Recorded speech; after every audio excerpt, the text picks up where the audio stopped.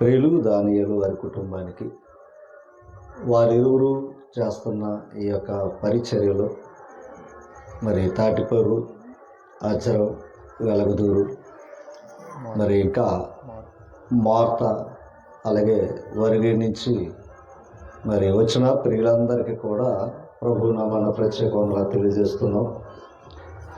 మరి మనం వాక్య సమయానికి వెళ్దాం. మనసును వాక్యం మీద పెట్టాలని కోరుతున్నాను. ఓకేనా? ఓకే. దేవుని యొక్క ఈరోజు మనం మరొకసారి నూతన సంవత్సరంలో మనం నేర్చుకోబోతున్నాం. ఓకే చేస్తారు? ఓకే, చిన్న ప్రార్థన చేసుకుందాం. వాక్య పరిచయ ప్రార్థన. సకలాశీర్వాదాలకు కారణభూతుడైన మా ప్రియపరలో ఎదుగున మనసునివ్వండి. నా తండ్రి, గతకాలం ఎన్నో ప్రమాదాల నుండి, సమస్యల నుండి, భయంకరమైన వ్యాధి నుండి తప్పించి కాపాడారు. ఈ నూతన సంవత్సరంలో నా తండ్రి బట్టి కృతజ్ఞతలు తండ్రి. మరి ఇక్కడున్న పరిచయం, మరి సేవకులను, సంఘాన్ని మరెక్కువగా మీరు ఆశీర్వదించుతున్నందుకు స్తోత్రాలు చెల్లిస్తూ నాయన, ఇంకా మరెక్కువగా మీ జ్ఞానం ఎదిగే అవకాశం యేసుక్రీస్తు వారి పరిశుద్ధ నామమున ప్రార్థన. మీరు అక్కడ కూర్చుంటే తక్కువరనేం కాదండి. మనం ఆ స్థలాన్ని ఏం చేసుకుంటున్నామంటే మనం వాటిని దాన్ని అనుకూలతపరుచుకుంటున్నాం అమ్మ. కనుక దయించి మరి ఎవరైనా బయట ఉన్నవారు కూడా ఇక్కడికి వస్తే ఇక్కడ అసలు యేసు ప్రభు లోకానికి రావటం, ఆయన సంకల్పం ఏంటి అన్న విషయాలు మనం తెలుసుకున్న వారమే. అయితే మరో కొన్ని విషయాలు తెలుసుకోవడానికి కూడా మన మనసులను మరి మనం మత్తయి సువార్తలో ఒక వచనాన్ని చూసుకుని ఈరోజు వాక్య భాగానికి వెళ్దాం.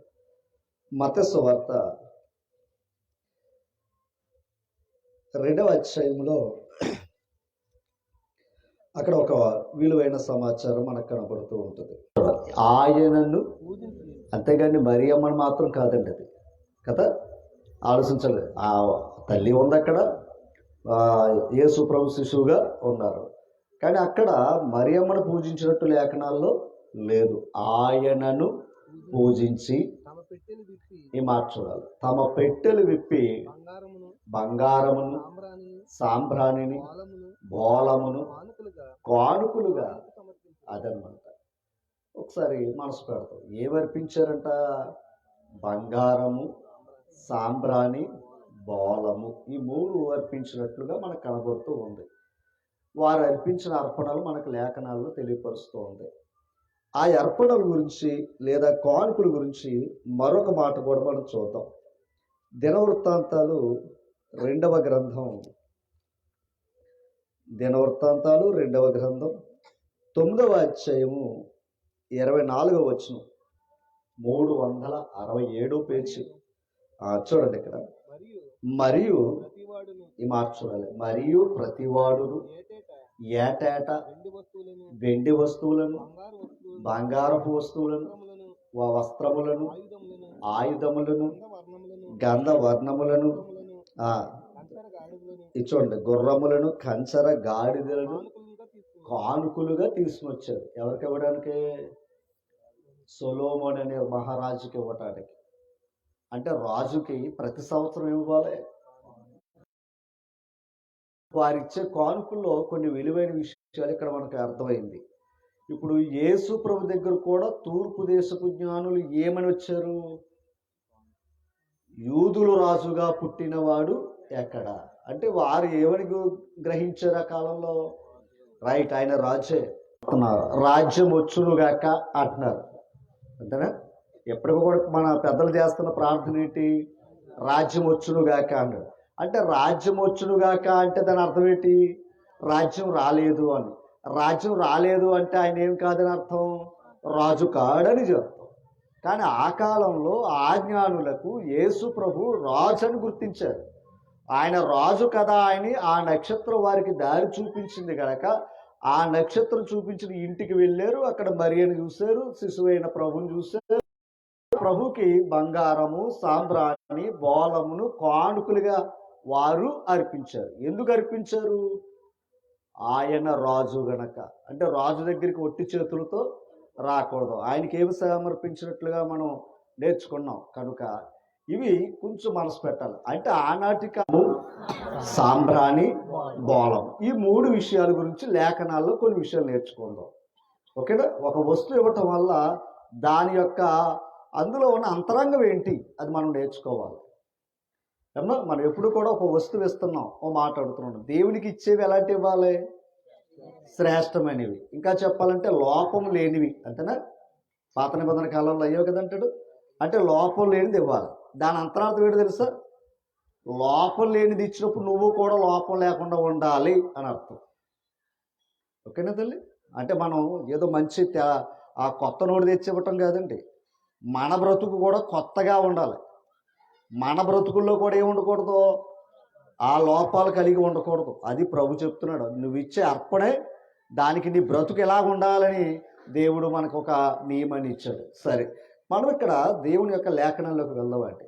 ఈరోజు నిజంగా దేవుని పని అనగా దేవుని యొక్క ఆ కార్యాలన్నా చాలా చిన్న చూపుగా ఉంటుంది లోకానికి. దేవుని పని అంటే ఆలోచించాలి. దేవుని పని కొరకు కూడా ప్రయాసపడేవారు బహు తక్కువ మంది ప్రయాసపడుతున్నారు. నిజంగా ఈరోజు దేవుని సేవకులకు మీరు సహకరిస్తే, దేవుని సేవకులకు సహకరిస్తే అది ఎంత మేలు జరుగుతుందో మీకు చూపిస్తానండి. దయించి కొంచెం మనసు పెట్టాలి. ఆయన పక్కన కూర్చోబెట్టండి సుమా. చూడండి ఒకసారి నిర్గమకాండంలోకి మనం వెళ్దాం. నిర్గమకాండంలోకి మనం వెళ్దాం. నిర్గమకాండం అయ్యా తీసరే.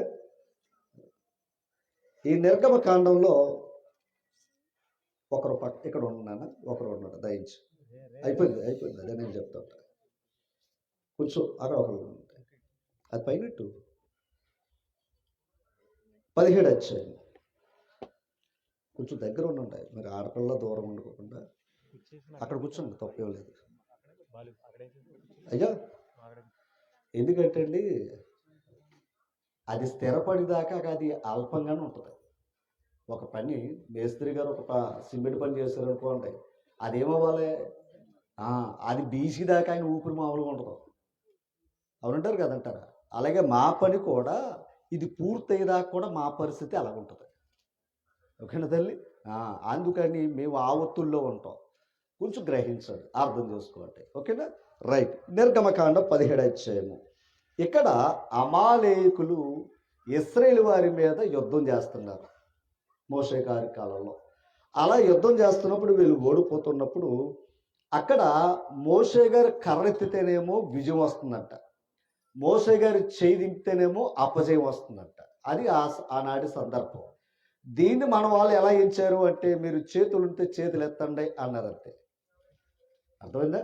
మీరు చేతులు ఎత్తే దేవుడు ఏం చేస్తాడు? మీకు విజయాన్ని ఇస్తాడు. నిజంగా విజయాన్ని ఇచ్చాడు అనుకుందాం, చేతులు ఎత్తాడు మొత్తం అన్ని ఎత్తేస్తాం మనం. అర్థమైందండి? దాని అర్థం ఏంటంటే ఆనాడు అక్కడ ఉన్న సందర్భాలు వేరు, అక్కడ ఎందుకు ఆ పరిస్థితులు ఉన్నాయన్నది మనం గ్రహించుకోవాలి. ఓకేనండి? నోవహు గారిని ఏం కట్టమన్నాడు? మరి మన వరదలు వచ్చినప్పుడు వాడెవరని కట్టారా? పడవ కూడా కట్టమను. అవునంటారు కదంటారు. వరదలు వచ్చి అందరు కూడా నష్టపోయారు కదా, మనం కట్టామా? కట్టలేదు. ఎందుకని? దాని అవసరత మనకి లేదు. అది ఆ కాలానికి అవసరత అది. అలాగే ఆ ఇశ్రాయేలు వారి కాలంలో కూడా ఈ సంఘటన జరుగుతున్నప్పుడు అక్కడున్న పరిస్థితులు ఇవి. సరే, ఇప్పుడు నేను దాని గురించి వివరణ ఏమి ఇస్తలేదు, కానీ అక్కడ మాట ఏంటంటే ఆ చేతులకి 2 వ్యక్తులు సహకరించారట. ఎవరికే? మోషే గారికి 2 ఆ చేతులు అతనికి పాపం లాగుతుంటే వారు ఆ చేతులకి అదిమించారట. ఒకసారి ఆ మాట చూపిస్తాను చూడండి. 17 అధ్యాయము 10వ వచనం త్వరగా.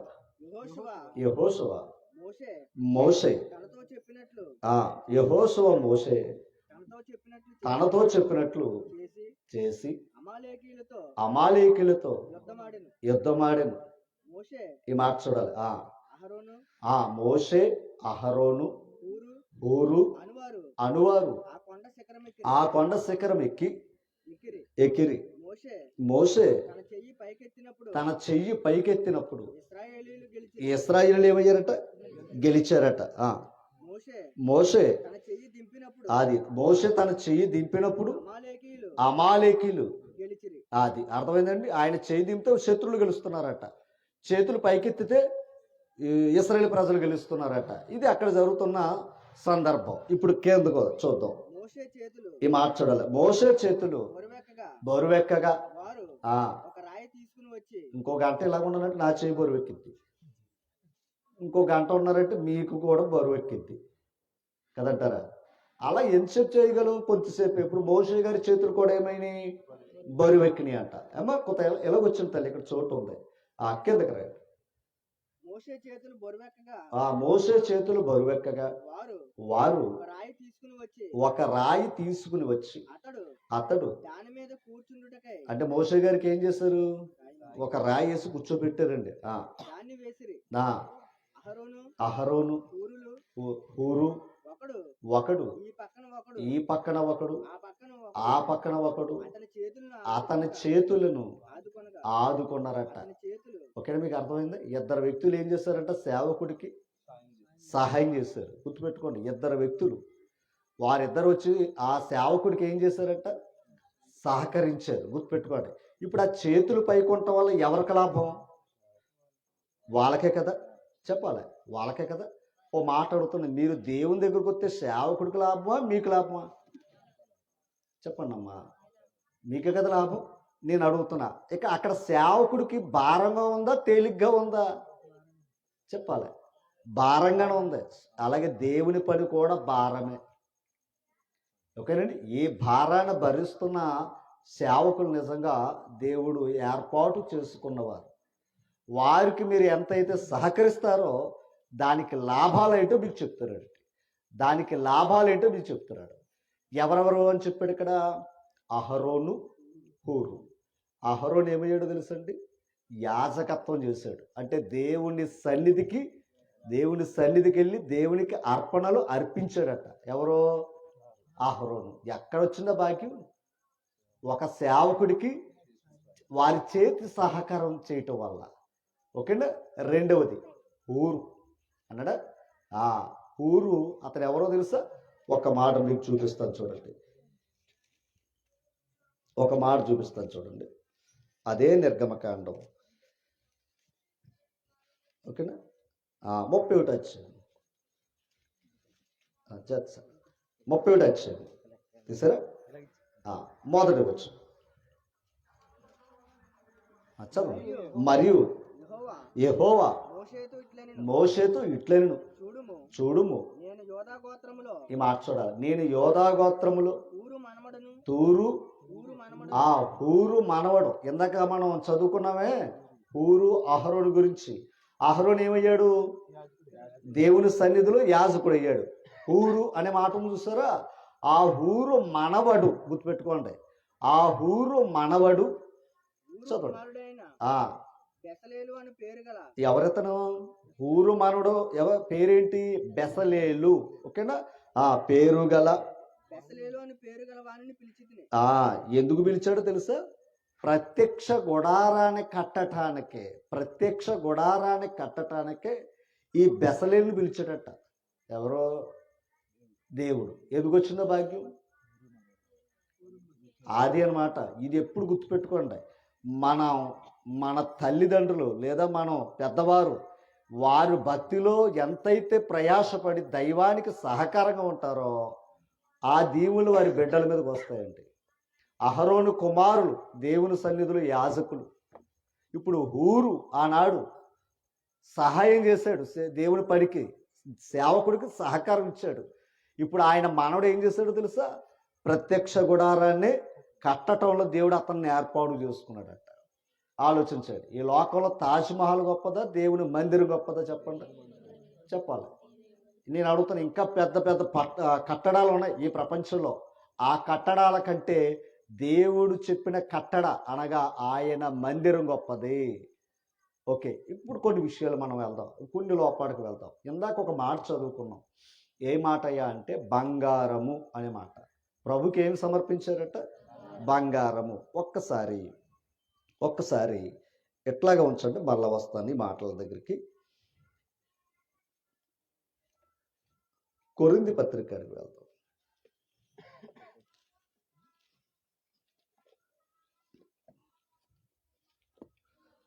ఒకసారి లేఖనాలు తీయండమ్మా.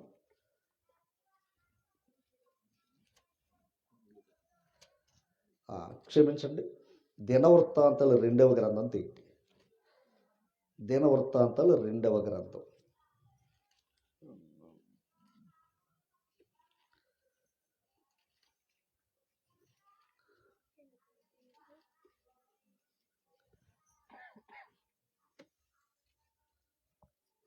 ఒక్కసారి ఆ మాట మీకు చూపిస్తాను.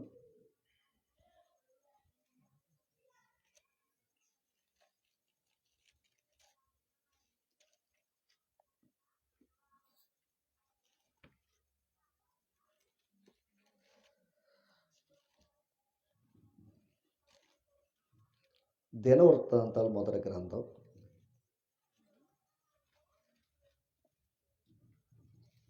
29వ అధ్యాయం. 29వ అధ్యాయం.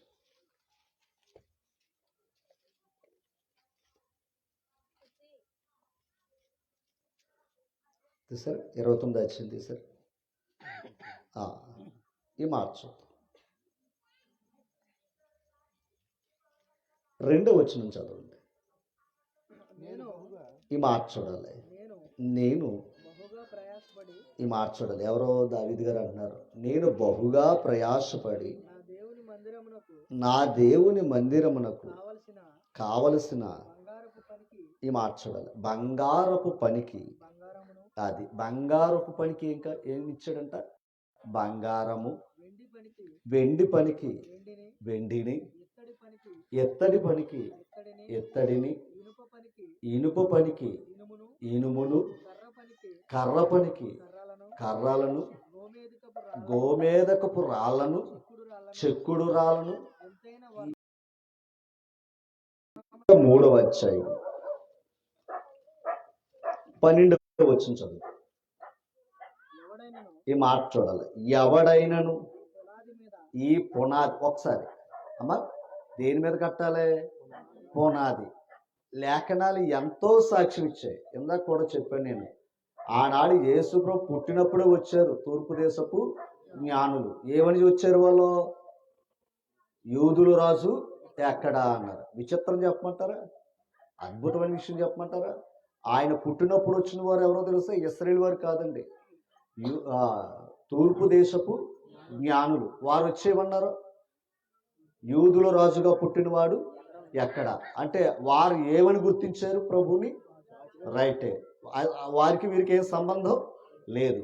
నేను అడుగుతున్నాను, ఇశ్రాయేలు వారు ఏనాడైనా యేసు ప్రభును రాజుగా గుర్తించారా? గుర్తించలా. విచిత్రం చెప్పమంటారా? ఆయన చనిపోతున్నప్పుడు శిలువ మీద కూడా ఒకటి రాశారు. ఎవరు రాశారు? అది పిలాతు రాశాడు. అర్థమైందా మీకు? పిలాతు ఏమని రాశాడు తెలుసా? యూదులు రాజుని రాశాడట పిలాతు. దేని మీద? ఆ పై విలాసం మీద. అక్కడ ఏమన్నారు తెలుసు యూదులు? ఆడు మాకు రోజు ఏంటి అన్నాడట. ఒరే నేను రాసింది ఏదో రాశాను అన్నాడట ఆయన. ఎవరో అంటే అర్థం చేసుకోవాలి. ఆయన పుట్టినప్పుడు ఆయన రాజుగా నిరూపించుకున్నాడు. మరణించినప్పుడు కూడా అర్థం చేసుకోవాలి. ఇందాక తూర్పు దేశపు జ్ఞానులు మరణించినప్పుడు గుర్తుపెట్టుకోవాలి, రోమా ప్రభుత్వం, రోమా అధికారి చేతే ఆయన యూదుల రాజుని నిర్ధారణ చేశారు. ఓకేనా? మీకు అర్థమైందా? రైట్. కానీ మధ్యలో ఉన్న జీవితం ఆయన స్వకీయులే దాన్ని అర్థం చేసుకోలేకపోయారు. ఓకేనా? మీకు అర్థమైందా? రైట్. నేను ఇంకొక మాట అడుగుతున్నాను. ఆనాడు అర్థం చేసుకోలేదు అనుకుంటే ఈనాడు అర్థం కాలేదు. ఎవరికే? బైబిల్ పట్టుకున్న క్రైస్తవుడికి. ఓకేనా?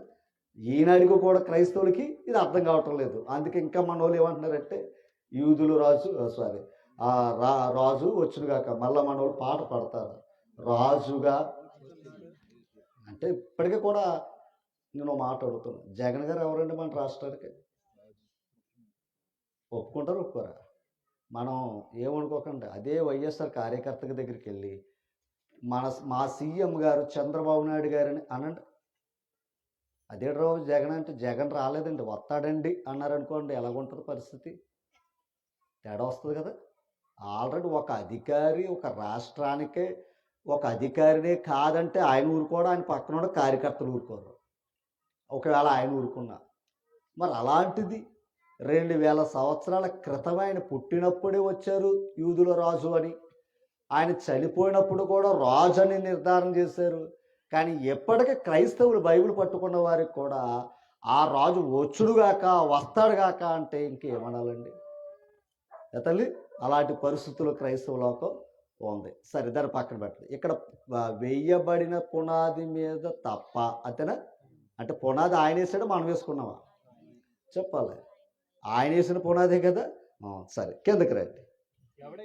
ఎవడైనను ఈ పునాది మీద బంగారమును, వెండి, వెలగల రాళ్ళు, కర్ర, గడ్డి, కొయ్యకాలు మొదలైన వాటితో కట్టినప్పుడు ఆ కట్టిన ఎడల వాని పని.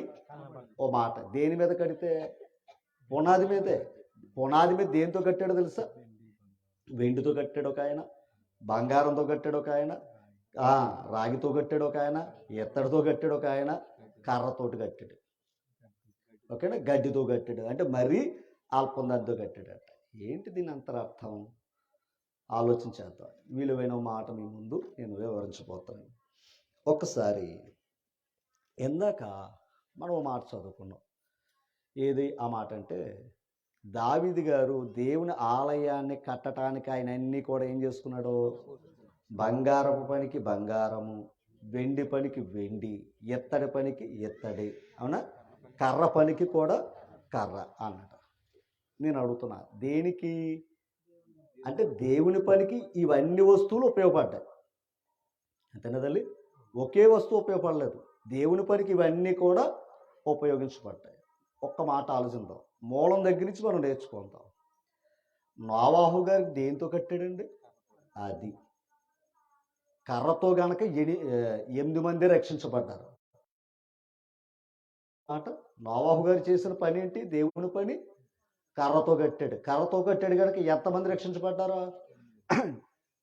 నేను అడుగుతున్నా. పడవ మీద ఎంతమంది వెళ్తారు? కొంతమంది. అదే బ్రిడ్జి మీద అయితే అది అవసరం బస్సులు వెళ్ళిపోతాయి, లారీలు వెళ్ళిపోతాయి. ఆయన వానలోకి రమ్మన్నాడు, రైట్. మనం బయట ఉంటాం కంటే లోపల ఉంటాం మంచిదే కదా అనుకుని వారు అందరూ ఏం చేశారు? వెళ్ళారు. వెళ్ళిన వారు ఏమయ్యారు? రైట్. అలాగే మనం కూడా గమనించాలి. దేవుని పనిలో ఒక్కొక్కరికి ఒక్కొక్క తలాంతు ఇస్తాడండి. ఆ తలాంతు ఆయనకి ఇది అవసరమైంది అక్కడ. ఏది? నేను వేసుకున్నది. ఇక్కడ మీకు అర్థమవుతుందా? అది కూడా రాత్రి సండే స్కూల్ పిల్లలు ఇచ్చారండి. అది అర్థమైందా తల్లి? నేను కోరుకున్నది కాదు సుమా. సండే స్కూల్ పిల్లలు అది వాళ్ళకి ఆనందం కనుక వేసుకున్నాను నేను. ఓ మాట అడుగుతాడు, ఇది వేసుకున్నప్పుడు జాగ్రత్తగా ఉండాలి. ఎంత జాగ్రత్తగా ఉండాలి? ఆనాడు ఇందాక యాజకుల గురించి మాట్లాడానే. అహరోను మోషే గారికి ఆ వస్త్రంతో రావడానికి అవకాశం అదనమాట. అంత విలువైంది. అంత విలువైన వస్త్రం వేసుకున్న వారే. ఓకేనా తల్లి? నాదాబు, అబీహులు ఏమయ్యారు? అదేంటి మరి? విలువైన వస్త్రాలు వేసుకున్నారు కదా. అర్థం చేసుకోండి. చినికైనా విలువైన ఉందనుకోండి, అది చాలా జాగ్రత్తగా చూసుకోవాలి. కర్రతో అనుకోండి గొడవ లేదు. దానియేలు బాబు ఇల్లు చూసాం, మరలు అనుకోవద్దు. ఆయన బెంగలేదు, ఎక్కడికి వెళ్ళిపోయినా పర్లేదు. ఎందుకని? ఆ ఇంటి చూస్తే ఎవడెళ్ళడం, అంతేనా? ఆ ఇంట్లోకి దొంగతనం చేస్తున్నాడు ఏమవుతాడు? అవసరం ఆడిచ్చే అది. ఈయన వెళ్ళినా కూడా మనసు ఎక్కడ ఉంటుంది? బహుశా ఏమనుకోకుండా వాళ్ళు అలాగ ఉన్నారు కనుక ఎక్కడ మీటింగ్ అయినా దేవుని మీద మనసు పెడతారు. కానీ అయ్యో మా ఇంటికాడ ఏముంది? అర్థమైందా? ఎవడైనా వెళ్ళిపోతాడు. ఈ భయం లేదు వీళ్ళకి. ఎందుకంటే అంత విలువైంది అక్కడ లేదు. అంతకంటే విలువైంది సంపాదించుకున్నారు వీళ్ళు. అర్థం చేసుకోవాలి. అట్లాగే ఆనాటి కాలంలో నోవాహు కర్రతో కట్టాడు. కర్రతోటే కట్టు అన్నాడు. ఆనాడు అది అవసరం. కానీ ఆ కర్రతో కట్టిన వారు ఆ కర్రనే నమ్మి, ఓకేనా తల్లి? కట్టబడింది దేంతోటి? కర్రనే నమ్మి, ఆ నమ్మిన దాంట్లో లోపల ఉండటం వల్ల 8 మంది ఏమయ్యారు? రక్షింపబడ్డారు. ఇది మొదటి కర్ర. ఓకేనా? రైట్. నెక్స్ట్ వెళ్దాం. నిర్గమకాండంలోకి వెళ్దాం.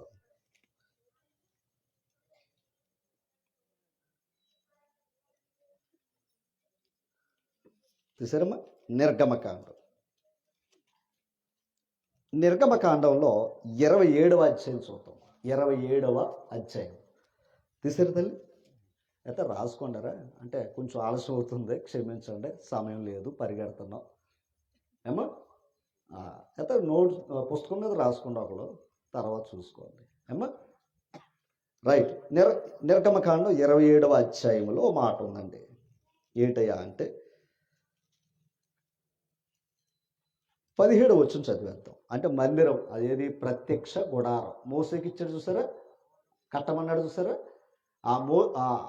నోవాహును కట్టమని దేనితోటి? రైట్, ఓకేనా. ఇప్పుడు ప్రత్యక్ష గుడారాన్ని మోసేతో కట్టమన్నాడు కదా, మోసే గారు చెప్పాడు కదా. ఇప్పుడు అక్కడ చూడండి ఏ వస్తువులు అవసరమైన ఒక 2 మాటలు చూపిస్తున్నాను కిందకి. ఆవరణము చుట్టూను స్తంభములన్నీ వెండి. మీరు అర్థం, వెండి పండెబెద్దలు కలవి. అంటే దేంతో కట్టారు? వెండిని కూడా ఉపయోగించారు అక్కడ, ఓకేనా. తర్వాత వాటి వంపులు వెండివి, వాటి దెమ్మలు. ఈ మాట చూడాలి, వెండి ఎత్తడి. కొంచెం కిందకు వచ్చాడు త్వరగా. ఆవరణపు పొడుగు 100 మూరలు, దాని వెడల్పు. ఓకే, 19 వచ్చిన గడికి వచ్చేద్దాం. ఇది చూడండి, మందిర సంబంధమైన సేవోపకరణములు. అర్థం చేసుకోవాలి, మందిరపు సంబంధమైన సేవోపకరణ.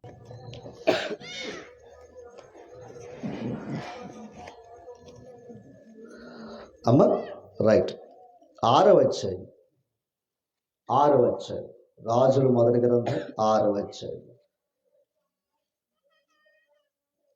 ఒకటి తల్లి 22వ వచ్చిన 21 నుంచి చదువుకోండి. 21 నుంచి చదువుకోండి. ఇది ఎవరు కట్టింది? ఇందాక నోవాహు కట్టింది కర్ర, మోసుతే కట్టింది ఎత్తడి వెండి, ఓకేనా. ఇప్పుడు సొలొమోను గారు యెరూషలేములో ఏం కట్టారు? దేవుని మందిరం, ఓకేనా. ఇక్కడ చూడండి, బంగారంతో. ఇప్పుడు చెప్పండి, లోపల ఏ బంగారంతో అంట?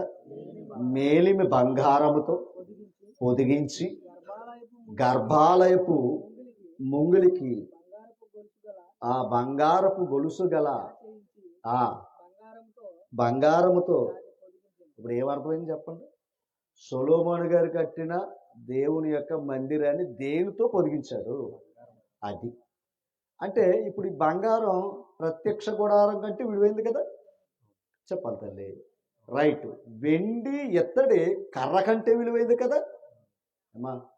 రైట్. అంటే దీన్ని కొంచెం గుర్తుపెట్టుకోవాలి. ఇవన్నీ కూడా ఓకేనా, ఆయా కాలాల్లో ఆయా సందర్భాల్లో దేవుడు ఎవరితో ఏం చెప్పాడో అదే చేస్తూ జరిగిస్తున్నాడు. ఇదంతా కూడా గుర్తుపెట్టుకోండి, దేవుడు కట్టమన్న కట్టడ, ఓకేనా తల్లి. దేవుడు కట్టమన్న కట్టడ. రైట్. 3 విషయాలు మీకు చూపించాడు. ఇప్పుడు జాగ్రత్తగా మనసు పెడితే ఒకసారి జకర్యా గ్రంథంలోకి వెళ్దాం. జకర్యా గ్రంథంలోకి మనం వెళ్దాం. తీసారా తల్లి? జకర్యా గ్రంథం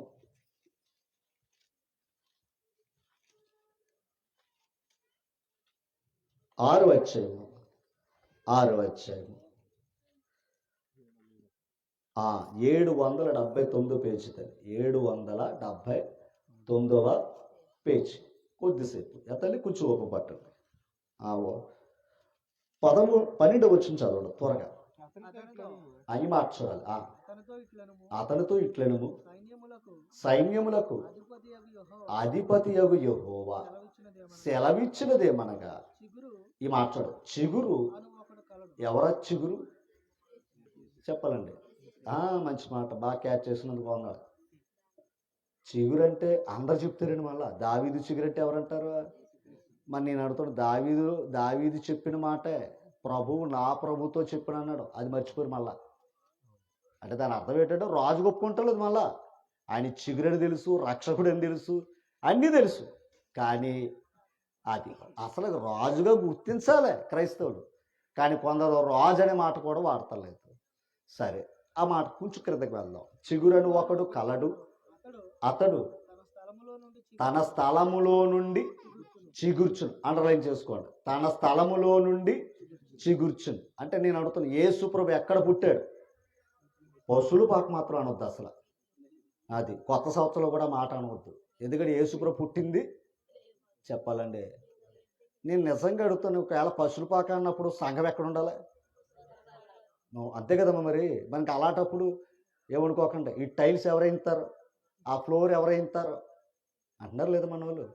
ఆయన ఎక్కడ పుట్టాడు కదమ్మా, మన వాళ్ళ భాషలో దైవలేఖన భాష అయితే బెత్లెహేములో పుట్టాడు, అంతేనా తల్లి. కానీ మన సేవకుల భాషలో ఏంటంటే ఆయన ఎక్కడ పుట్టాడు? పశువుల పాక. అందుకే చర్చ్ బిల్డింగ్ పక్కన కూడా ఏముంది? నేను అడుగుతాను, పశువుల పాక ఎలా ఉంటుంది ఒరిజినల్గా? చెప్పాలి తల్లి. నేను ఒకటి అడుగుతున్నాడు, పశువుల పాక ఎలా ఉంటుందండి? ఆవుతో లేదా గేదెలతో అక్కడ ఎలా ఉంటుంది? గత్తరగా ఉంటుంది కదా. నేను అడుగుతున్నాను, అది ఒరిజినలా డూప్లికేటా? ఇప్పుడు నేను అడుగుతున్నా, చర్చ్ పక్కన కట్టింది ఉంది చూసారా, ఏది డెకరేషన్, అది డూప్లికేటా కాదా? చెప్పాలండి. నేను అడుగుతున్నాను, క్షమించండి, కవర్ ఇస్తారు కదా రమ్మని, ఎవరో అక్కడ కట్టేవండి ఎన్నిటికి వచ్చేయండి కవర్ ఇస్తారు కదా, ఆ కవర్లో డూప్లికేట్ కొట్టుకట్టు దొరుకుతాయి కదా మనకి. ఏది 100 రూపాయల కాంతు రూపాయికి ఇచ్చేస్తాడు అక్కడ. ఆ కాంతు ఒకటి పెట్టి పంపాడు. అదేంటయ్యా దేవుడికి కోనకి ఇస్తావా అంటాడు, అంతే కదా. అప్పుడు మీరు వెంటనే ఇది పశువుల పాక అనాలి, అంతే అంటారా? అబ్బే, అది పశువుల పాకే కాదు, పరలోకమైన నమ్మేస్తారు జనాలు. అదండి మంచిది, అది పరలోకమైనా సరే నమ్మేస్తారు. ప్రభువు కాదు, దేవుడు కాదండి క్రైస్తవ లోకానికి. అది పశువుల పాక ఏంటో తెలియదా, కాకరకాయ ఏంటో తెలియదా, వంకాయ ఏంటో తెలియదా? వంకాయ చూపించి కాకరకాయ నమ్మేస్తుంటే కోడేస్తున్నారు మన వాళ్ళు. అమ్మా, కుక్కకి నక్కకి తేడా ఉంది కదా, ప్రతి జాతికి ఒక విధానం ఉంది కదా. అలాగే దేవుడు చెప్పిందేంటి చెప్పాలి, దేవుడు చెప్పిందేంటి, ప్రజలు చేస్తున్నదేంటి, అది కావాలా లేదా తల్లి? ఆలోచన చేయండి దయించి. ఓకేనా తల్లి? కొన్ని విషయాలు మనం మాట్లాడుకోబోతున్నాం. ఇంకా ఎవరిని కించపరచాలని కాదు తల్లి, ఎవరిని గాయపరచాలని కాదమ్మా, ఆలోచన చెయ్యాలి, ఆలోచన చెయ్యాలి. ఎందుకంటే తప్పు అది ఎవరు చేసినా తప్పే. యాచక కుమారులు చేశారు తప్పు, శిక్షించడా లేదా? చెప్పాలి. అలాగే మాలాంటి సేవకులు ఒకవేళ అబద్ధబోధన చేసి ప్రజలను మోసగించి సంపాదన మీద ఉంటే దేవుడు ఊరుకోడండి. అర్థం చేసుకోవాలి. ఇందాక చెప్పాను, ఆ తల్లిదండ్రులు కష్టపడితే ఆ భక్తి ఎక్కడికి వెళ్తుందని చెప్పాను. రైట్. ఒకవేళ మేము గాన భక్తిని గాన మోసం చేస్తే ఆ నష్టం ఎవరు పడతారో తెలుసా? మా పిల్లలు పడతారు. ఓకేనా? మా పిల్లలు పడతారు. అందుకే మేము వారికి శాపాలు ఇవ్వటం కంటే ప్రజలు తిట్టుకున్నా సరే వారికి ఆశీర్వాదాలు ఇవ్వాలంటే మేము ఆయన చెప్పిందే చెయ్యాలి. అది మా కోరిక. ఓకేనా? అది ప్రజలు అంగీకరించకపోయినా, ద్వేషించినా, దూషించినా, నిందించినా, ఎవరేమనుకున్నా సరే ఇది వాస్తవం తల్లి. ఓకేనా? రైట్. ఇక్కడ చూడండి ఒకసారి, అక్కడ ఏమంటున్నాడు? అతడు తన స్థలములో నుండి చిగుర్చును. అండర్లైన్ చేసుకోండి, మళ్ళా పాయింట్కి వస్తాను. అతడు ఎవరతడు చెప్పాలి. అతడు ఎవరా? అతడు యేసుక్రీస్తు. యేసుక్రీస్తు ఏం కట్టడానికి వచ్చాడు? అది తండ్రికి ఏం కట్టడానికి వచ్చాడు? ఆయన మనసు పెట్టాలి. తండ్రికి ఆలయాన్ని కట్టడానికి యేసుప్రభు వచ్చాడు. ఇందాక చెప్పాను, కర్రతో నోవాహు కట్టాడు, వెండి ఇత్తడితో మోషే గారు ప్రత్యక్ష గుడారాన్ని కట్టించాడు, సొలొమోను గారు బంగారంతో కట్టించాడు. అంతా చదివారు కదా. ఇప్పుడు యేసుప్రభు దేంతో కట్టిస్తాడు? మందిరం అంటే ఏది చెప్పాలి తల్లి. యేసుప్రభు కట్టిన మందిరం ఏది? అదే మీకు ఈరోజు రుజువు పరుస్తాను లేఖనం ద్వారా. ఓకేనా? కొంచెం క్రిందకి చదవండి, చెప్తాను. యెహోవా ఆలయమును కట్టును. ఎవరో? యేసుక్రీస్తు. తండ్రికి ఏం కట్టడానికి వచ్చాడు? ఆయన ఆలయమును కట్టును. తర్వాత అతడు ఈ మార్చడు, అతను ఏమి పొంది ఘనత వహించుకుని. ఓకేనా? చూడండి, ఇప్పుడు నేను అడుగుతాను, సింహాసనశీలుడైన వాడు ఎవరో? సింహాసనం మీద కూర్చున్నవాడు ఎవరో? అది ఎప్పుడు కడతాడో తెలుసా? సింహాసనం మీద కూర్చున్నాక కడతాడు. సొలొమోను ఎప్పుడు కట్టాడు? అది అన్నమాట. ఇందాక సొలొమోను గారికి కానుకలు ఇచ్చారు. ఓకేనా? అలాగే యేసుప్రభు పుట్టినప్పుడు కూడా రాజు కనుక వారు కూడా తెచ్చి ఏమిచ్చారు? అది రాజరికం. ఓకేనా తల్లి? రైట్. కొంచెం కిందకి రండి, చెప్తాను. అతడు అది ఇప్పుడు చెప్పండి, యేసుప్రభు ఏం చెయ్యాలి? అండర్లైన్ చేయండి. ఒకటి, సింహాసనశీలుడై అంటే రాజు. రెండవది ఏంటో తెలుసండి? ఆయన ఉద్యోగం యాజకత్వం. ఒకప్పుడు పాత నిబంధనలు అయితే రాజు యాజకత్వం చేయడానికి అర్హుడు కాడు. అలాగే యాజకుడు రాజరికం చేయడానికి అర్హుడు కాడు. రాజు వేరు, యాజకుడు వేరు పాత నిబంధన కాలంలో. కానీ యేసు ప్రభు రాజు యాజకుడు. ఇప్పుడు రాజు యాజకుడు అయితేనే దేవుని ఆలయాన్ని కట్టాలి. అదే కదా లేఖనం. రైట్. కొంచెం మాట ఒక్కసారి మాట చూపిస్తాను చూడండి. అపోస్తుల కార్యాలు రోమపత్రిక 15 అధ్యాయం. రోమపత్రిక 15 అధ్యాయం తీసారు తల్లి. రైట్. 18 నుంచి చదివేద్దాం. మంచి మాట ఇది. అనగా అన్యజనులు అంటే ఎవరు? మనం అందరు ఇక్కడ ఉన్న వాళ్ళు ఎవరండి? అసలు మనం యేసుప్రభు దగ్గర కూర్చోడానికి యోగ్యత ఎక్కడండి? శతాధిపతి అన్నాడు. దాసుడు బాగు కోసం ఏమన్నాడు తెలుసా?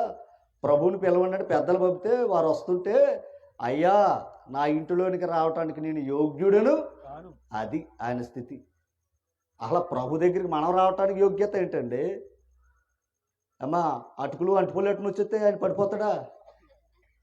సంవత్సరం కనపడరు. కానీ సంవత్సరం ఈ రోజుల్లో మాత్రం జనాలందరూ ఏం తెచ్చేస్తారో తెలుసా? నేను అది ఏకతలు చేస్తాను తల్లి. ఆ వస్తువులు కాదు, నువ్వు కావాలి ఆయనకి. నీ కోసమే ఆయన వచ్చాడు. నీ చేతిలోది కాదండి ఆయనకి కావాల్సింది. మొదట నువ్వు కావాలి. మమ్మల్ని పిలిచారు, భోజనం ఇప్పుడు పెడతారండి అన్నాను అనుకోండి, ఎలాగుంటుంది? మమ్మల్ని పిలిచారు, రాగానేమంటే భోజనం ఎక్కడ ఎత్తున్నారండి అన్నాను అనుకోండి, పాపం రాదా? ముందు ఆయన చెప్పింది చేస్తే భోజనం అది వస్తుంది. అవునా కదంటారు తల్లి. అలాగే ప్రభు వచ్చింది మన కోసం. ఓకేనా? వచ్చి ఏం చెయ్యాలి? తండ్రికి ఆలయం కట్టాలి తల్లి. ఓకే, కిందకి రండి. ఎలా అనగా యేసు ప్రభు ద్వారా దొరికిన భాగ్యం అని మనకి. వాక్యము చేతను, క్రియ చేతను, గుర్తుల బలము చేతను, మహత్కార్యముల బలము చేతను. ఈ మాట చూడాలి. పరిశుద్ధాత్మ బలము చేతను. ఈ మాట చూడాలి. క్రీస్తు నేను చేశానంటలేదు ఆయన. అర్థమైందా తల్లి? క్రీస్తు నా ద్వారా చేయించాడు తప్ప నేనే చేశాను అనలేదండి. ఇప్పుడైతే మరి మన వాళ్ళు చెప్పక్కర్లేదు. అమ్మా ఆనాడు మరి ప్రార్థన చేస్తే నీకు ఈ భాగ్యాన్ని ఇచ్చాడు. మరి ఇక్కడ మరి ఎంత చేసినా ఆయన ఏమంటాడు తెలుసా? క్రీస్తు నా ద్వారా చేశాడు. ఎందుకు చేశాడంటే ఆయన పని కోసం చేసుకున్నాడు ఆయన. తల్లి తర్వాత మాట ఇది చూడండి. చేయించి వాటిని గూర్చియే గాని ఎవరో పౌలు గారు చేయించిన విషయాలు మాట్లాడుతున్నాడు. అంతేకాని అవసరమైన విషయాలు నేను మాట్లాడనని చెప్పాడు. తర్వాత ఈ మాట చూడాలి. కాబట్టి అండర్లైన్ చేసుకోండి ఈ పాయింట్. ఎక్కడంట? యెరూషలేము మొదలుకుని చుట్టుపట్లనున్న ప్రదేశములకు, ఇల్లూరికి వరకును, ప్రాంతము వరకును. ఈ మాట చూడాలి. క్రీస్తు సువార్తను పూర్ణముగా ప్రకటించుచున్నాను. అంతేనా? ప్రకటించి ఉన్నాను. ఒక్క మాట అడుగుతున్నాను, ఎక్కడదంట బోధ? అక్కడ బోధ ఎక్కడి నుంచి మొదలెట్టాడు? అది ఎందుకంటే యేసు ప్రభు మరణించింది ఎక్కడ? రైట్. సంఘం కట్టబడింది ఎక్కడ? అది. ఇప్పుడు బోధ ఎక్కడి నుంచి రావాలో తెలుసా? రాత్రి పడుకున్నాడండి, రాత్రి దేవుడు కనపడ్డాడండి, తాటిపూరిలో కనపడ్డాడండి బాబు వచ్చేయండి అన్నాడు అనుకోండి, తప్పుడు బోధ అది. అర్థమైందా తల్లి? ఎందుకంటే ఇందాక చెప్పాడు, చిగురను వేరొకడు కలడు, అతనున్న ఆ స్థలములో నుండి ఏం చేస్తాడంట?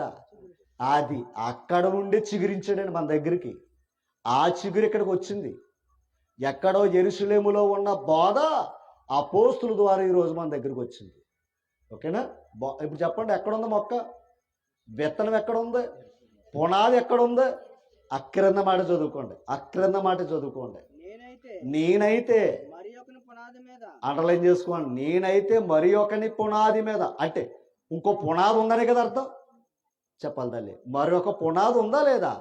అది పౌలు గారు చెప్తున్నాడు. నేనైతే మరి ఒక పునాది మీద కాక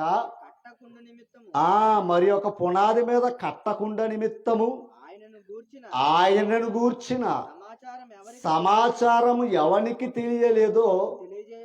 తెలియచేయబడలేదో వారు చూతురని, వినని వారు గ్రహింతురని వ్రాయబడిన ప్రకారం క్రీస్తు నామం ఎరగనిది చోట్లను సువార్తను ప్రకటింపవలని మిక్కిలి ఆశ గలవాడనయుండి అలాగున అంటే ఇప్పుడు చెప్పండి, క్రీస్తు సువార్తను పౌలు గారు ఏం చేస్తున్నారు? ప్రకటిస్తున్నారు. ఎక్కడి నుంచి వచ్చిందంటే క్రీస్తు సువార్త చెప్పాలి. అది చెప్పాడు. అక్కడ బోధ ఇక్కడ చిగురించింది. అంగరైనా లేదా మెండపేట అయినా, ర్యాలీ అయినా లేదా తాటిపొర్రు అయినా, ఈ చుట్టుప్రక్కల ఏది ఈ ప్రక్కన అచ్చరం, వెలగదూరు, మోర్త, ఇంకా చెప్పాలంటే మీరు ఎక్కడైతే ఈ బోధ వస్తుందో అక్కడి నుంచి వస్తుందంట. ఎక్కడి నుంచి? దానియేలు బాబు కాంతారావు గారిది కాదు ఇది. ఓకేనా? మీకు అర్థమైందా? ఎక్కడి నుంచి? అందుకు వారు పదే పదే పదే చెప్పే మాట ఏంటో తెలుసా? పునాది పునాది పునాది అని. మొదటి కొరింథీ పత్రిక 3వ అధ్యాయం తీసారా తల్లి? 10వ వచనం, 11 వచ్చింది నాన్న. సరే, 11 వచ్చిన సమయం. వేయబడినది తప్ప అంటే ఆల్రెడీ ఆ పునాది ఏమైందంట చెప్పాలమ్మా. వేసారే లేదా? ఎవరు వేసారో తెలుసా? పునాది తండ్రి వేసాడే పునాది. ఓకేనా? నిషేధించిన రాయి మూలకు సియోనులో వేసాడంటాడు ఆయన. యెషయా గ్రంథంలోకి వెళితే యేసుడు ఆయన, మనం కాదు. ఓకేనా తల్లి? మనం కాదు. నేను అడుగుతున్నా, యేసుక్రీస్తుని లోకానికి పంపటం ఎవరి సంకల్పం చెప్పండి? అది ఆయన పంపితే వచ్చాడు. నేను ఎవరి పనుల మీద ఉండాలన్నాడు ఆయన. అంతేనా? రైట్. మళ్ళీ ఎవరి చిత్తం నెరవేర్చాలి? తర్వాత ఏమన్నాడు? తండ్రి వీరు ఏం చేస్తున్నారు, వీరు వీరిని క్షమించే. అంత సింపుల్గా అండి. అంటే ప్రతిదీ ఎవరికి చెప్తూనే వస్తున్నాడు ఆయన. అంటే ఇప్పుడు చెప్పండి, పంపినవాడు ఎవరు? తండ్రి. అంటే ఇప్పుడు ఆయన ఎవరి పనుల మీద ఉన్నాడు? రైట్. అంటే తండ్రి సంకల్పం. తండ్రి ఈ సంకల్పాన్ని నెరవేరుస్తున్నాడు. అందుకే పరలోకమందు ఉన్నాడు ఎవరో? మా తండ్రి. నా తండ్రి కాదు, మన అందరికి తండ్రి. అంత మంచి మాట అండి అది. ఓకేనా? రైట్. ఇప్పుడు కిందకి రండి. అక్కడ వేయబడినది తప్ప అంటే ఆల్రెడీ వేసాడా లేదా? దేవుడు వేసాడా లేదా? వేసాడు. దేవుడు వేసాడు పునాది కాదంటున్నారండి లోకం. అందుకే ఎందాక చెప్పాడు, ఇదిగో పశువుల పాక. అమ్మా మరోగా అపార్థం చేసుకోకండి అంటున్నారా లేదా? నేను అడుగుతున్నా, యేసు ప్రభు పశువుల పాకలో పుట్టలేదండి. ఆయన పుట్టాడు. స్థలం లేకపోతే అప్పుడు పశువుల తొట్టెలో పరుండబెట్టాను. అది ఉంటుంది మాట. ఏమా నేను మాట్లాడుతున్నా, యేసు ప్రభు గారు 3.5 సంవత్సరాలు సేవ చేశారు. ఏది? అపోస్తులతో. మరి అపోస్తులు ఎప్పుడైనా సరే ఈ చోటని నేను జన్మించి తిని అనాలి కదా? చెప్పాలి తల్లి. యేసు ప్రభు సిలువేసిన చోటు తెలుసు కదా, మనకి రాయించాడు కదా. యేసు ప్రభు చేసిన కార్యాలు తెలుసు కదా. చివరికే జక్కై చెట్టు ఎక్కింది కూడా రాశాడు కదా. పన్ను కొట్టడానికి చేప కడుపులో కూడా శక్యం ఉందని చెప్పాడు కదా. మరి ఆయన పుట్టిందే ప్లేస్ రాయలేదట్టమ్మా. బహుశా ఆయన మర్చిపోడు, వీళ్ళు గుర్తు చేసుకున్నారనమాట. అర్థమైందా మీకు? ఆయన మర్చిపోడు. ఎందుకంటే ఆయన పాపం సువార్త పరిచయలు మర్చిపోడు. అసలు ఎక్కడ అపోస్తులు కానీ ఆయన జన్మాన్ని ప్రకటించినట్టు ఉండదండి. ఆయన మరణాన్ని ప్రకటించారు. ఓకేనా? ఒకని జన్మదినము కంటే అది ఆయన మరణ దినమే నీకు బ్రతికినిచ్చింది. ఓకేనా? పాపం పేతురు గారు అన్నారంట, ఒరే నాకు ఇలా ఉందర పరిస్థితి అని చెప్తే ఆ శ్రమలన్నీ నీకు దూరం అవును గాక అన్నాడట. ఎవరో? పేతురు గారు. అయ్యి బాబు నాకు పెద్ద గోల్డ్ మళ్ళీ ఎత్తాడు అనుకున్నాడట మహానుభావుడు. ఓరే సాతానా బయటపోరా అన్నాడట. నేను వచ్చిందే మరణించటానికి, అది దేవుని సంకల్పం, దాని ఆపేస్తామంటా వీటరా బాబు అంటాడు ఆయన. ఓకేనా? అది లేఖనాల్లో ఉన్న మాట. ఎంత తేలిగ్గా తీసుకున్నారో తెలుసండి. మనం ఆయన పుట్టింది జ్ఞాపకం చేసుకోవడం కాదు కదా, ఆయన పుట్టింది ఎందుకు అది జ్ఞాపకం చేసుకోండి. ఆయన ఎందుకు వచ్చాడు? ఆనాడే దూత చెప్పాడు, ప్రజలందరికీ కలగబోవు మహా సంతోషకరమైన సువార్త మానము ఆయనకిష్టులైన మనుషులకు. ఇంకో మాట, సర్వోన్నతమైన స్థలములలో, అండర్లైన్ చేసుకోండి, సర్వోన్నతమైన స్థలములలో ఆయనకిష్టులైన మనుషులకు. ఓకేనా?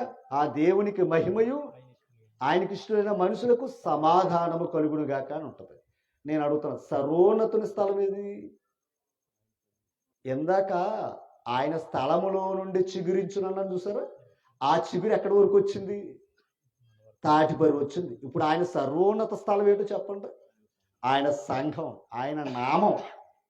అక్కడ మీరు ఎప్పుడైతే కూడుకున్నారో అక్కడ సంతోషం, అక్కడ సమాధానం. ఆ నామం లేని చోట మీరు ఆయన సన్నిధిని కూడుకోకపోతే సమాధానానికి అసమాధానం ఉంటుంది, సంతోషానికి బాధ మిగులుతుంది. ఓకేనా తల్లి? మీరు ప్రతి ఆదివారం ఆయన నామమును బట్టి కూడుకుంటే మీకు కలిగే లాభం ఏంటో తెలుసా? సంతోషం, సమాధానం. ఎక్కడ అమ్ముతున్నారు చెప్పండి, కొనేసుకుందాం. ఏది? ఆనాడు చూడండి, కరోనాకి ముందుగానే కొనేసుకున్నారు 25,000 30,000. ఏది? ఇంజక్షన్లు, వ్యాక్సిన్లు దొరికి కదా, మళ్ళీ బ్లాక్ మార్కెట్ బతికేద్దాం కదా అనుకుని ఆ కరోనా కిట్ కూడా కొనేసారు. సరే, నేను అడుగుతున్నా, అలా బతికేద్దామంటే చెప్పండి, మన కుటుంబాలు ఏం కావాలి? మన కుటుంబాలు ఏం కావాలి చెప్పండి అమ్మా.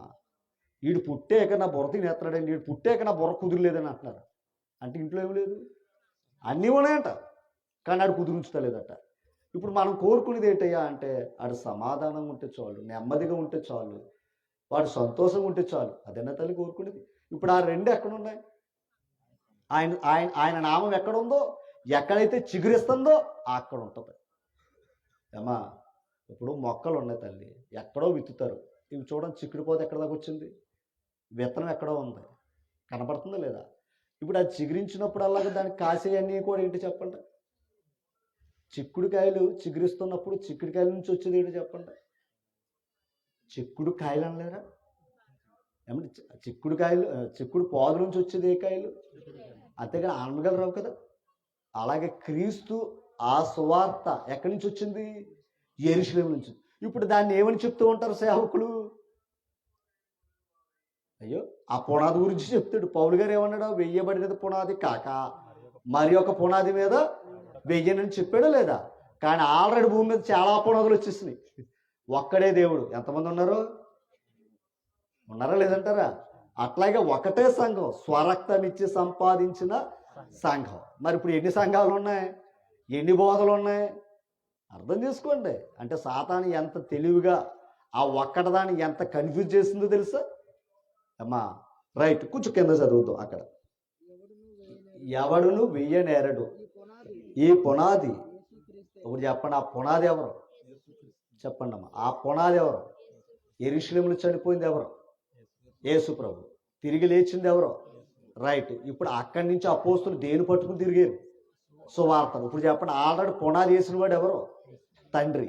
ఓకేనా? వేసిన పునాది. ఇప్పుడు ఆ పునాది పేరేంటి? ఇప్పుడు చెప్పండి, సంఘం పునాది. చదువుకోండి పునాది. ఇప్పుడు నేను మాట, మీరు పునాది మీద వేసుకున్నప్పుడు ఇల్లు కడతారా లేదా? పక్కాయన పునాది మీద మీ ఇల్లు కడితే ఎలా ఉంటుందండి?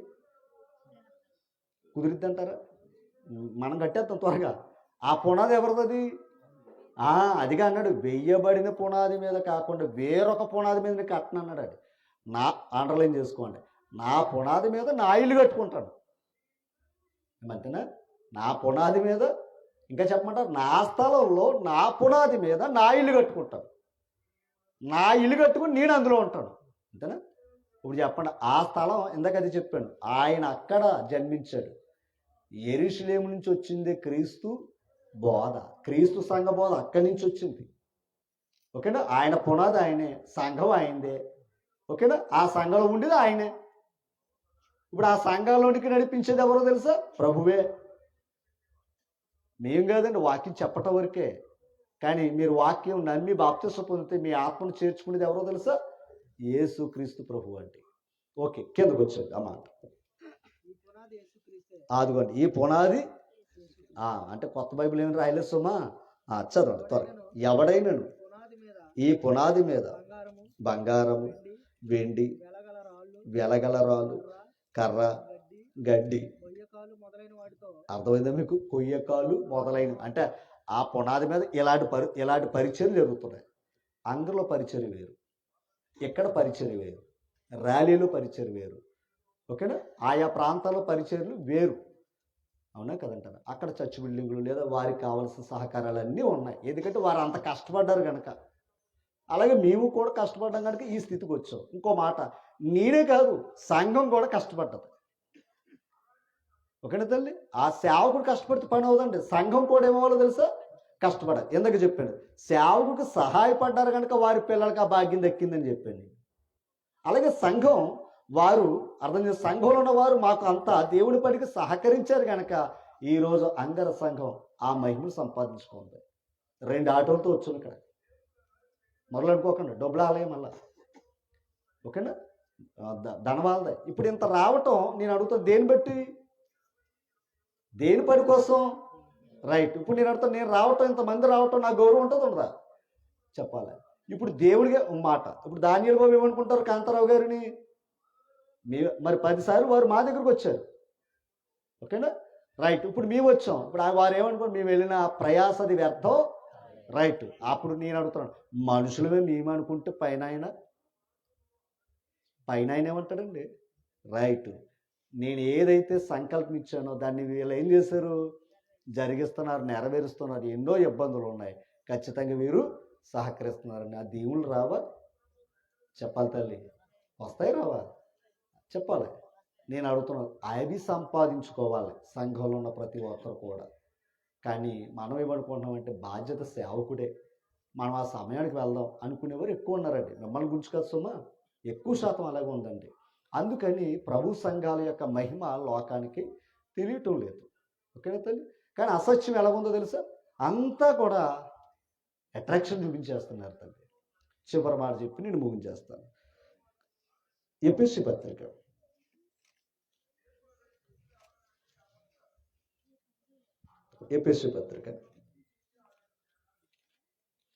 తీసారు తల్లి?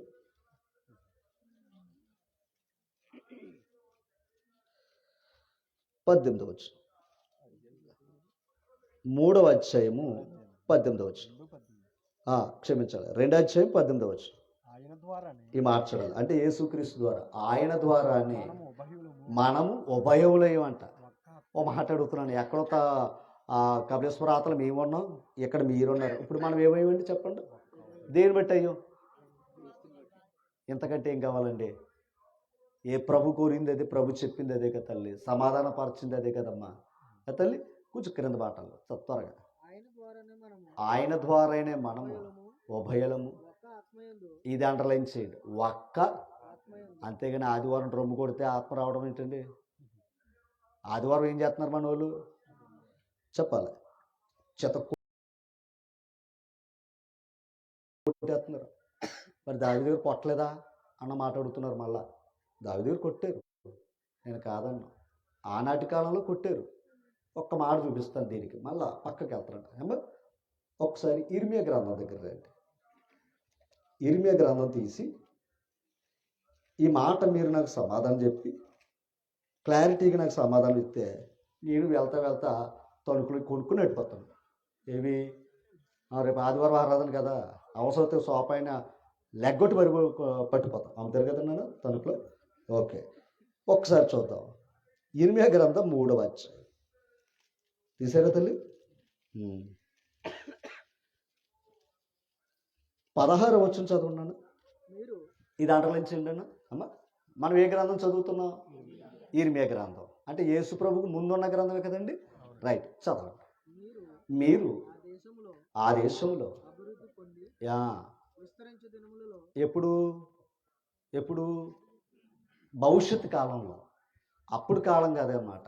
భవిష్యత్తు కాలంలో మీరు ఏమవుతారో తెలుసా? ఆ దేశంలో విస్తరిస్తారు, అంటే యెరూషలేములో. తర్వాత ఈ మార్చడం, యెహోవా నిబంధన మందసమని. ఏంటంట అంటే మీరు ఆ దేశాల్లో ఉంటారు కానీ ఇంకా మందసం పేరు చెప్పరు. తర్వాత ఏది మందసం అంటే వారి మనసులోనికే రాదు. తర్వాత దేన్ని? మందసాన్ని జ్ఞాపకం చేసుకోరట. అది పోయినందుకు ఏంటంట? అది పోయినందుకు ఏముండదంట? బెంగ ఉండదంట. మళ్ళీ చదవండి, కింద చదవండి. అది పోయినందుకు అసలు చింతపడరు ఇక మీదట. అంటే మళ్ళీ అలాంటిది కూడా చేయడానికి అవకాశం లేదు. ఇదే యెహోవాకు. తర్వాత మాట, ఆ కాలమున అండర్లైన్ చేసుకోండి, యెహోవా యొక్క సింహాసనము యెరూషలేమునకు. అప్పుడు చెప్పండి, యెరూషలేమునకు ఆయన సింహాసనం ఏం చేస్తారంట? మీరు సింహాసనం అని ఏం చేస్తారంట? పేరు పెడతారు. ఒక్క మాట చెప్తున్నాను, యెరూషలేము ఆయన యొక్క సింహాసనం అని పేరు పెడతారు. అంటే మందసాన్ని ఏం చేస్తారు? ప్రక్కన పెడతారు. అదే కదన్నాడు. ఇప్పుడు క్రీస్తు గురించి మనం మాట్లాడినాం. ఒకడు ఆ చోటన ఉన్నాడని చదువుకున్నాం కదా. అతడుండు స్థలంలో ఏమవుతాడు? చిగురిస్తాడు. యేసుప్రభు ఏమయ్యాడు? చిగురించాడు. అవునా? ఇప్పుడు చెప్పండి, ఎక్కడి నుంచి చిగురించాడు ఆయన? ఓ మాట్లాడుతున్నాడు. ఆయన తిరిగి లేచిన తర్వాత ఆలోచించాలి. ఏమన్నాడు తెలుసా? శిష్యుడు పంపుతూ, భూమి మీదను పరలోకమందును నాకు అన్నాడా లేదా? సర్వాధికారం ప్రభుకు ఉందా లేదా? ఎక్కడ వచ్చిందా అధికారం? యెరూషలేములోనా మన తాటిపరిలోనా? అదనమాట. ఇప్పుడు చెప్పండి, ఇప్పుడు మందసం గొప్పదా యేసుక్రీస్తు గొప్పదా? రైట్. ఒకవేళ మందసం ఇప్పుడు పెట్టుకోవాలనుకోండి, అది మనం వెళ్ళడానికి అవకాశం లేదు. ఎందుకంటే అది కేవలం యూదులది, ఇశ్రాయేలు వారిది. చెప్పాలి, అవునంటారు కదా. ఎవరు మొయ్యాలి దాన్ని? లేవీలు మాత్రమే మొయ్యాలి. అవునా కదా తల్లి? ఇంకోడు ముట్టుకోవడం వల్ల కదా మాడి మసి అయిపోయాడు. చెప్పాలి. ఇప్పుడు ఏమైనా మందసం ఉందనుకోండి, ఏమైపోతాం మనం? మసి అయిపోతాం. ఇలా చదవడానికి లేదు. విచిత్రం చూడండి. అటువంటి గొప్ప మందసం, ఎంత గొప్ప మందసం అయ్యా అంటే, దావీదు గారు ఆ మందసం కోసం ఓబేదోము ఇంటిని దీవించిన మందసం, ఆ మందసాన్ని నేను ఎలాగైనా తీసుకుని రావాలి అంటే ఆయన 2 అడుగులకు 1 అడుగు విలువైన ఆ బలి అర్పణలు అర్పించి చెప్పాలి. మరి అలాంటప్పుడు ఎక్కడో నాట్యాన్ని దేవుని ఆరాధనలు పెడుతున్నారేంటి? కలెక్షను పొరపాటు. సరే, ఇప్పుడు మందసాన్ని ఏమన్నాడు తెలుసు? అది పోవటం వల్ల మీరు బెంగెట్టుకోరు అన్నాడు.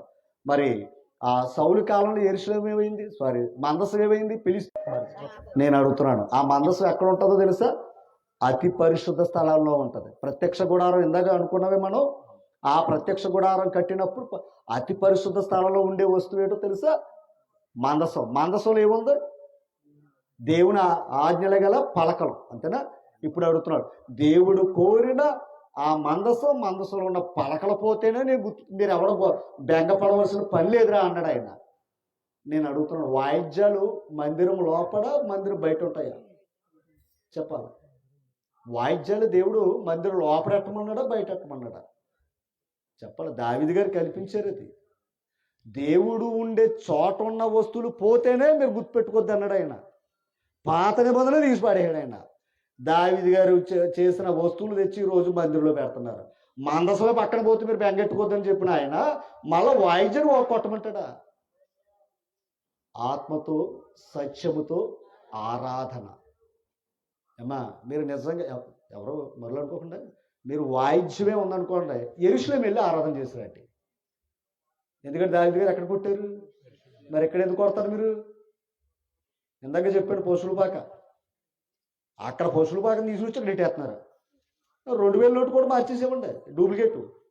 అయ్యగారికి 2000 రూపాయల నోటు ఇవ్వబడుతుంది. ఏది? కొట్టుకొని రూపాయికి ఇస్తున్నారు చూసారా? ఊరుకుంటాడా? అర్థం చేసుకుని తల్లులారా, అక్కడ జరిగింది మొత్తం దాన్ని ఆలోచించాలి. యేసుప్రభు వచ్చి దాన్ని ప్రక్కన పెట్టి ఇంకొక మాట చెప్పమంటారా?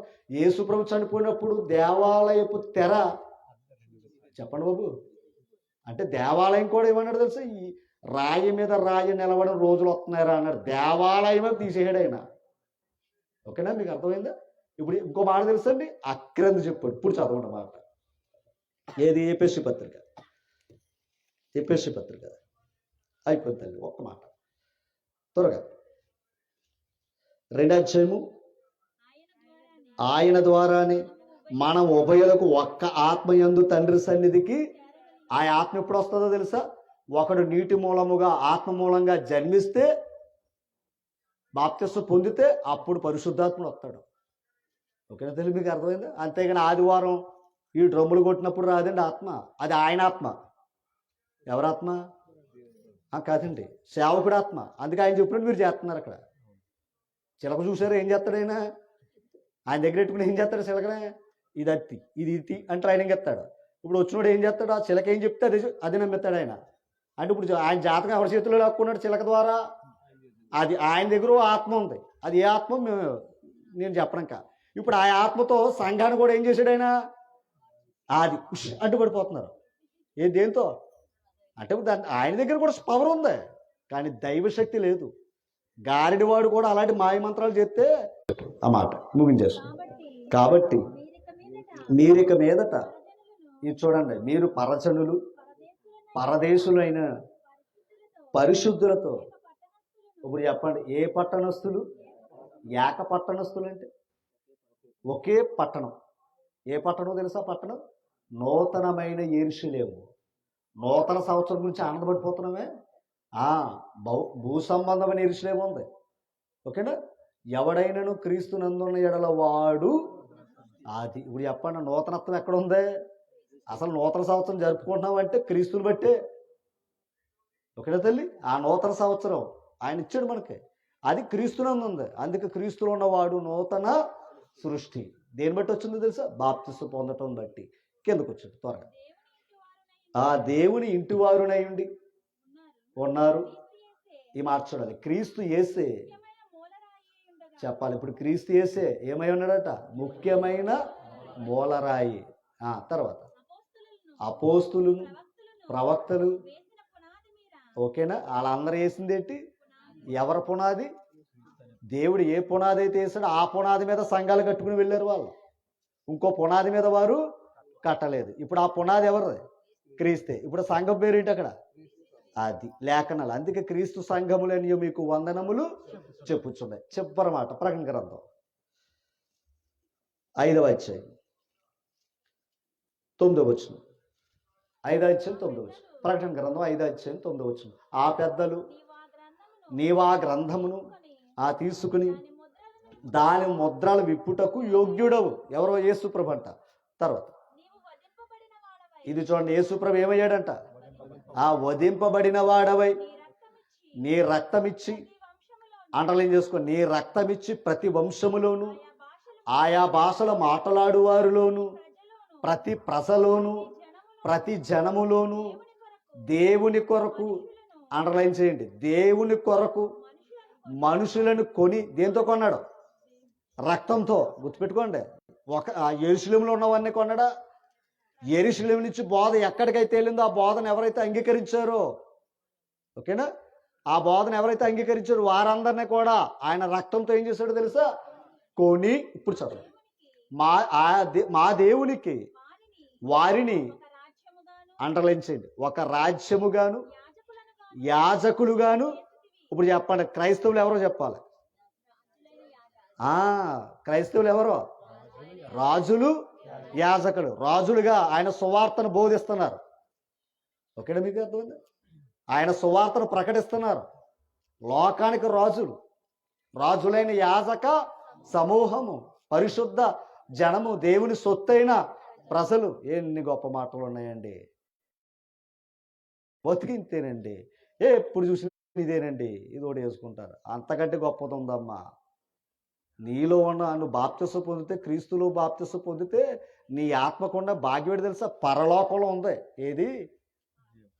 జీవం. మనం కూడా హైదరాబాద్లో కన్నా నాకు సైట్ ఉంటే, దరిద్రుడు కూడా దరిద్రుడిగానే బతికాడు. కానీ పరదేశుడు ఎలాగున్నాడు ఆయన? అది కావాలి. ఒకవేళ అది పోగొట్టుకుంటావా, ఇది పోగొట్టుకుంటావా? బహుశా దేవుడు అందుకనేమో మనకి ఈ స్థితిలోనే ఉంచుతున్నాడు. కానీ వాక్య విషయంలో, జ్ఞాన విషయంలో ఐశ్వర్యవంతులు మనం. ఎవరిని బట్టి? క్రీస్తుని బట్టి. ఎందుకంటే ఆయన ధనవంతుడై ఉండి మన నిమిత్తం దరిద్రుడయ్యాడు. ఎందుకో తెలుసు?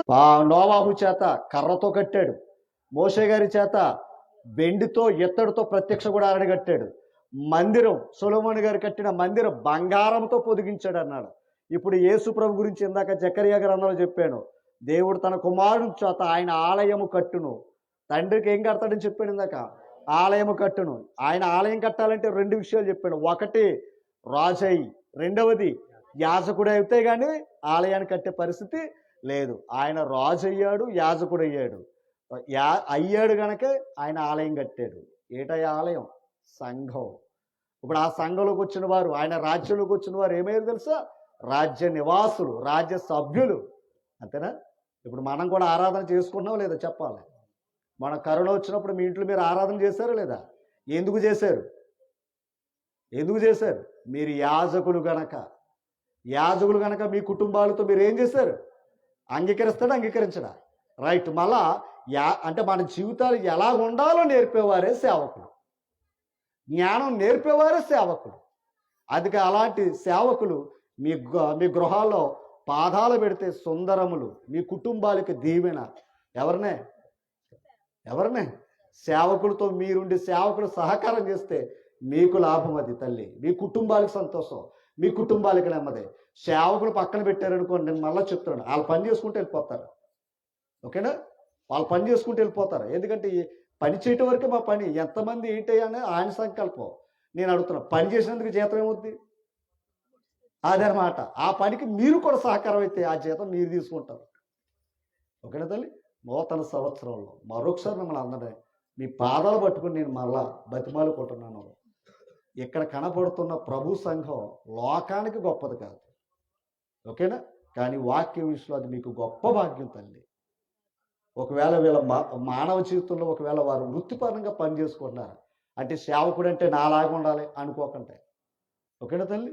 నేను అడుగుతున్నా, వారికిలా ఉండాలంటే మీరందరూ సహకరించాలి, అప్పుడు అవుతారు వారు. ఓకేనా? మీకు అర్థమైందా? నేను అడుగుతున్నా, మీ అల్లుడు బాగుండాలంటే మీ అమ్మాయికి ఇవ్వటంలోనే కదా గొప్పడవుతాడు, చెప్పాలి. అయ్యో, నేను అడుగుతున్నా, మీ కొడుకు అంత ఇచ్చారు, కోడల దగ్గర ఏమవుతున్నారు? అమ్మా అడుగుతున్నారు లేదా? 10 రూపాయలు కావాలంటే కొడుకుని అడగాలంటే ఎవరిని అడగమంటున్నాడు? మరి మొత్తం ఇచ్చేసో అంటే మనల్ని నమ్మకం లేకపోయిన వారిని నమ్ముతున్నావు, కానీ దేవుని నమ్మకాన్ని బోధిస్తున్న సేవకులు ఎందుకు నమ్మలేకపోతున్నారు? ఏదో ఆ చిన్న సెడ్డిది అబ్బాయి జనం ఎవరు రారండి. నేను అడుగుతున్నానండి, సీఎం ఒక్కడే, అధికారం అంతా ఎవరి చేతిలో ఉంది? అర్థం చేసుకోవాలి. అలాగే రాజ్యంలో ఉన్నవాడు ఒక్కడే, తెలుసా? ఒక్కడే. ఆ ఒక్కడు లోకానికి వెలుగు. అటువంటి గొప్ప పరిచర్య ఈ ప్రాంతంలో జరుగుతుంది తల్లి. నిజంగా కాంతార గారి జీవితం ఎన్ని దుఃఖాలు, ఎన్ని శోధనలు, సంవత్సర కాలం ఆయన మనసు మీద పడి బాధపడ్డాడు ఆయన. నేను అడుగుతున్న, కుటుంబంలో లోటుపాట్లు ఉంటాయి, మేము మనుషులమే, మాలో కూడా కొన్ని బలహీనతలు ఉంటాయి, కానీ వారు చెప్పేది ఏంటి? చెప్పాలి. వారు చెప్పేది ఏంటి? మాలాగా ఉండమని అంటలేదే, దేవుడు చెప్పినలాగా ఉండమంటున్నాడు తల్లి. అమ్మా దేవుడు చెప్పినట్లుగా ఉండమంటున్నారు. ఆ మాటలు కూడా వినకపోతే ఎలాగ తల్లి? అమ్మా అమ్మ ఒడి అన్నారు, మీ పిల్లల్ని ఎక్కడేస్తున్నారు? అంటే జగన్ గారు ఇచ్చి 15 ఏళ్ళు పోతాయనే కదా పంపుతున్నారు. నేను దేవుడిచ్చిన జీతం దగ్గరికి మరి మనం ఎందుకు రాకూడదు? అర్థం చేసుకోండి, అపార్థం చేసుకోవద్దు. యథార్థం బోధిస్తున్నారు. నేను అడుగుతున్నా, యథార్థం బోధించేవాడు ఎప్పుడు కూడా భిక్షగాడిలో ఉండడండి, మోసం చేయడం, మాయ మాటలు చెప్పడండి, ఉన్నది ఉన్నట్టు బల్ల గుద్ది మరీ చెప్తాడు. ఓకేనా? అలాంటి నమ్మకస్తులు మీకు ఈ గ్రామంలో ఉన్నారు. మరి నిజంగా వారు ఎప్పుడు చెప్తారు, మాకున్న కొంచెం పని అయినా సరే సహకరించే సంఘం ఉంది, మమ్మల్ని ప్రోత్సహిస్తారు. ఎక్కడి నుంచో దేవుడి పనులుగా వారు ఎన్నో వదులుకుని వస్తారు. మరి వారి గురించి ఎప్పుడు ప్రార్థన చేయనాడు. మీకు ఏదన్నా చిన్న సమస్య ఉన్నా మాకు చెప్తారు, మళ్ళీ మేము సంఘాల్లో ప్రార్థన చేస్తాం. మీరు బాగుండాలని కోరుకుంటాం తల్లి. అలాగే మా గురించి కూడా మీరు ప్రార్థన చేయండి. ఎంతకంటే మిమ్మల్ని ఏదీ కోరుకుంటా లేదు. ఓకేనా తల్లి? ఒకరినొకరు సమాధానపడి దేవుని సన్నిధిలో సంతోషంగా ఉండి, ఓకేనా తల్లి? కనుక ఈ నూతన సంవత్సరంలో గతంలో చేసిన నిర్లక్ష్యతను పక్కన పెట్టేద్దాం. వాస్తవాన్ని అంగీకరించండి, వాస్తవాన్ని స్వీకరించండి, వాస్తవం చెప్పే వారికి సహకారులుగా ఉండండి. మరి నాకు ఈ యొక్క అవకాశాన్ని ఇచ్చిన ప్రియులు కాంతారావు గారు, మరి దానియేలు బాబు వారి యొక్క కుటుంబాలకు, స్థానిక సంఘాలకి, ఇక్కడ ఉన్న పెద్దలకు, గ్రామస్తులకు, నాతోటి వచ్చిన సహోదరులకు, మరి సహోదరి మనులకు అందరికీ ప్రభు నామాన మరొకసారి వందనాలు తెలియజేస్తూ, నమ్మి బాప్తిస్మం పొందినవాడు రక్షింపబడు, నమ్మని వానికి ఎంతగా రక్షణ ఎక్కడుందయ్యా అంటే ప్రభు సంఘంలో ఉంది. స్వరక్తమిచ్చి సంపాదించిన సంఘంలోనే రక్షణ ఉంది. అర్థం చేసుకోండి, గ్రహించండి. ఇంకా మీకు ఏదైనా సందేహాలు ఉంటే వారిని అడగండి. ఇప్పుడు చెప్పిన పాట తప్పు అయితే నన్ను పిలవండి, నేను వచ్చి దానికి సమాధానం చెప్తాను. మరొకసారి మీ అందరూ కూడా హృదయపూర్వక వందనాలు. మా గురించి మీ యొక్క అనుదిన ప్రార్థనలు మమ్మల్ని జ్ఞాపకం చేసుకోవాలని ఇది మీ నుండి మీకు కోరుకుంటున్నాం. మరొకసారి వందనాలు. Thank you.